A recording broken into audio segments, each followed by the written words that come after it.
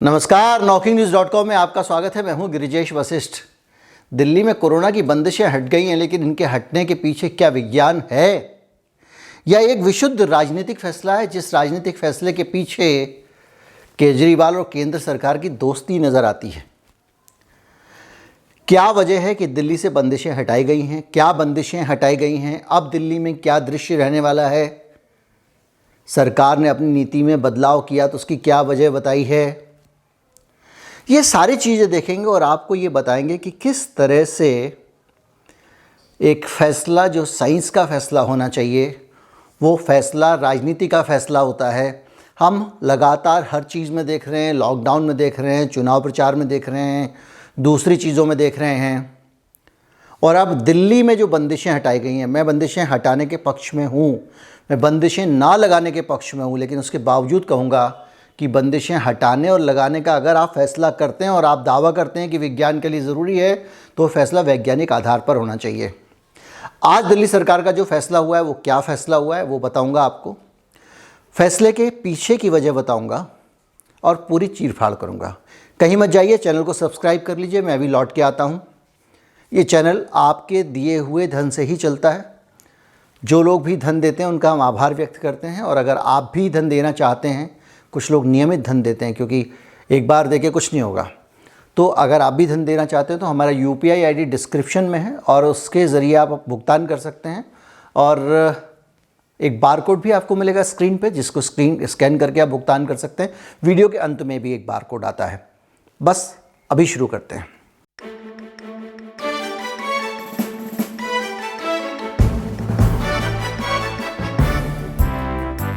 दिल्ली में कोरोना को लेकर थोड़ा सा जनता को राहत दे दी गई है, लेकिन जनता को ये राहत पहले से ही मिल सकती थी, क्योंकि हालात में ऐसा कुछ बदलाव नहीं हुआ है जिसके कारण ये राहत दी गई है।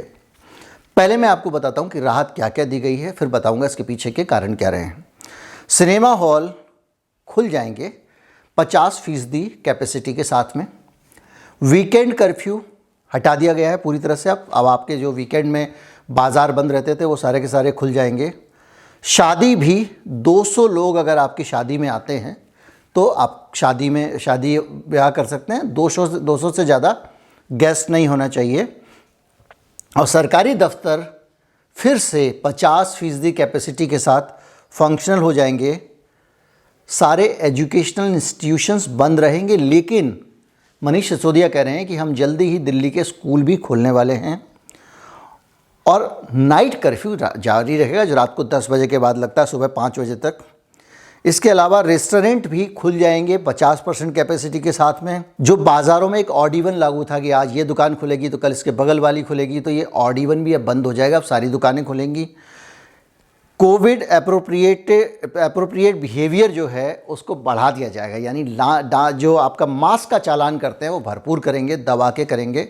मैंने आपको बताया था कैसे करोड़ों रुपए एक 2 दिन में चालान करके इन्होंने कमाए हैं। और ये सारी की सारी बातें अब आपके सामने हैं। अब मैं आपको बताता हूँ कि ये कानून सरकार के नियम के ही हिसाब से जो वापस लिया गया है, ये वापस क्यों लिया गया है इस पे बाद में आऊँगा। पहले ये बताऊँगा कि किस तरह से इनके अपने ही रूल के हिसाब से ये फ़ैसला गलत है। मैं आपको बताता हूँ कि यहाँ पे दिल्ली में DDMA ने, दिल्ली डिज़ास्टर मैनेजमेंट अथॉरिटी ने एक ग्रेडेड एक्शन प्लान बनाया था, और ग्रेडेड एक्शन प्लान का जो रेड कोड है वो अभी लागू था। और ग्रेडेड एक्शन प्लान के लिए बाकायदा कुछ सिस्टम बने हुए थे कि इतने % आपको केसेस आएंगे, इतना ये आएगा वो आएगा, तो रेड कोड लागू था। अभी जो आंकड़े हैं वो रेड कोड के मुताबिक ही हैं। रेड कोड के रहते हुए ही बंदिशें इन्होंने हटा दी हैं। हटा दी हैं, अच्छा किया, लेकिन हटाई हैं तो लॉजिक क्या था, और लगाई थी तो उसके पीछे क्या लॉजिक था। अगर उसी पैरामीटर्स पे हटाई जा सकती हैं तो उसी पे लगाने की क्या ज़रूरत थी। मैं आपको एक छोटा सा उदाहरण देता हूँ। रेड अलर्ट तब तक जारी रहेगा जब तक लगातार 2 दिन तक पॉजिटिविटी रेट 5% से ज़्यादा होगी, और हफ्ते में 16,000 मामले आएंगे, और एक हफ्ते तक 3,000 ऑक्सीजन बेड भरे रहेंगे। अगर इनमें से कोई भी स्थिति रहती है तो ये रहेगा। और ये रेड अलर्ट था। स्पीच में अरविंद केजरीवाल ने ऐलान कर दिया था कि इसको हम वापस ले लेंगे, बहुत सारी चीज़ें, चूँकि अब आपने ग्रेडेड एक्शन प्लान बनाया तो उसको वापस लिया जाएगा। तो जब अरविंद केजरीवाल ने कहा कि वापस लिया जाएगा, तो जो केंद्र के प्रतिनिधि हैं, लेफ्टिनेंट गवर्नर, दिल्ली में बड़ी कॉम्प्लिकेटेड सरकार है, कहने को राज्य है लेकिन वो केंद्र शासित प्रदेश है, एलजी की ज़्यादा चलती है क्योंकि एक संशोधन कर दिया गया है एक अध्यादेश लाकर। तो अब सारे का आदेश जो हैं केजरीवाल के वो एलजी साहब मंजूर करते हैं। अब अनिल बैजल एलजी हैं, पहले उन्होंने केजरीवाल के इस प्रस्ताव को ठुकरा दिया क्योंकि जो ग्रेडेड एक्शन प्लान मैंने आपको बताया उसमें वो फिट नहीं होता था। खुद दिल्ली के स्वास्थ्य मंत्री कह रहे हैं कि दिल्ली में जल्दी ही 5000 से कम केसेस रिपोर्ट होंगे, अभी नहीं हो रहे हैं, और पॉजिटिविटी रेट भी 10% से कम आ जाएगी। ग्रेडेड एक्शन प्लान कह रहा है कि 5% से ज़्यादा हो तब भी आपको कोड रेड लगा के रखना पड़ेगा, ऐसा मैंने अभी आपको बताया। शनिवार को कोरोना के 11,486 मामले आए थे 2 दिन पहले, अभी भी स्थिति वही है। वायरस से संक्रमित 45 लोगों ने दम तोड़ा है, जो थर्ड वेव में सबसे ज़्यादा मौतें हैं। और ये दिल्ली सरकार का अपना कोरोना बुलेटिन है, यानी अब जो रेड कोड का एक सिस्टम था उसके हिसाब से अभी बंदिशें नहीं हटाई जा सकती थी, लेकिन दिल्ली डिजास्टर मैनेजमेंट अथॉरिटी की एक बैठक होती है, उस बैठक को चेयर करते हैं मुख्यमंत्री और एलजी, दोनों बैठते हैं, उस बैठक में मौजूद रहते हैं और उस बैठक में बंदिशें हटाने का फैसला होता है। अब इसके बैकग्राउंड पे आप जाएंगे कि क्या हुआ। इसका जो पूरा बैकग्राउंड है वो उत्तर प्रदेश से जुड़ा हुआ है, दूसरे राज्यों से जुड़ा हुआ है, दिल्ली से इसका ज़्यादा सीधा संबंध नहीं है। मैं समझाता हूँ कैसे। उत्तर प्रदेश कांग्रेस पार्टी के एक नेता जगदीश शर्मा, उन्होंने दिल्ली हाई कोर्ट में एक PIL यानी जनहित याचिका दाखिल की है और उन्होंने उसमें कहा कि इन राज्यों के चुनाव कुछ महीने के लिए टाल देना चाहिए क्योंकि ओमिक्रॉन वायरस फैला हुआ है, बीमारी बहुत ज़्यादा फैली हुई है और अगर बीमारी फैलेगी तो बहुत सारे लोगों में इन्फेक्शन फैल सकता है। नेता लोग भीड़ लगा रहे हैं, हालांकि चुनाव आयोग ने कुछ हद तक उसको कंट्रोल रखा हुआ है और दूसरी चीज़ें हैं, और इसके अलावा दिल्ली में भी मामले बढ़ रहे हैं, इसलिए यूपी के मामले रिपोर्ट नहीं हो रहे हैं, लेकिन साहब यूपी में भी बहुत मामले, इसलिए वहाँ बंदिश लगा देनी चाहिए। कांग्रेसी नेता पहुँच गए हाईकोर्ट में।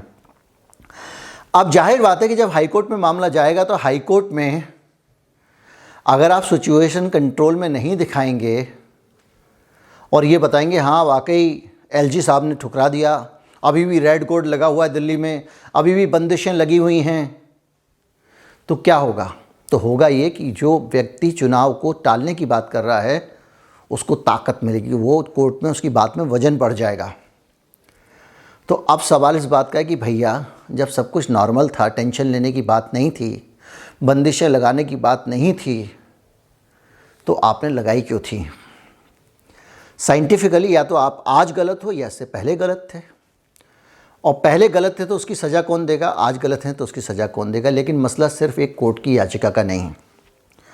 उत्तर प्रदेश में रैलियों और सार्वजनिक आयोजनों पर चुनाव आयोग की बंदिशों के कारण जो हालात बन रहे हैं वो आपसे छिपे हुए नहीं हैं। पॉलिटिकली चीज़ें बहुत बदल गई हैं।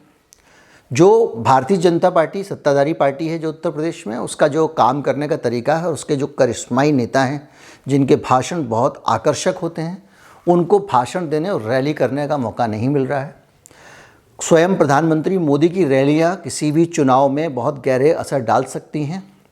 आपको याद होगा कि बंगाल में अंतिम चरण के चुनाव में चुनाव प्रचार बंद होने के बाद, दरअसल चुनाव आयोग ऐसा शेड्यूल बनाता है कि आपका चुनाव प्रचार बंद भी हो जाए तब भी दूसरी जगह पे अभी चुनाव के प्रचार पर रोक नहीं है, तो वहाँ जाके नेता लोग भाषण देते हैं, उस भाषण का टीवी पे प्रसारण होता है और चुनाव प्रचार पे जो रोक लगाई जाती है मतदान से 2 दिन पहले, उसका कोई मतलब रह नहीं जाता है।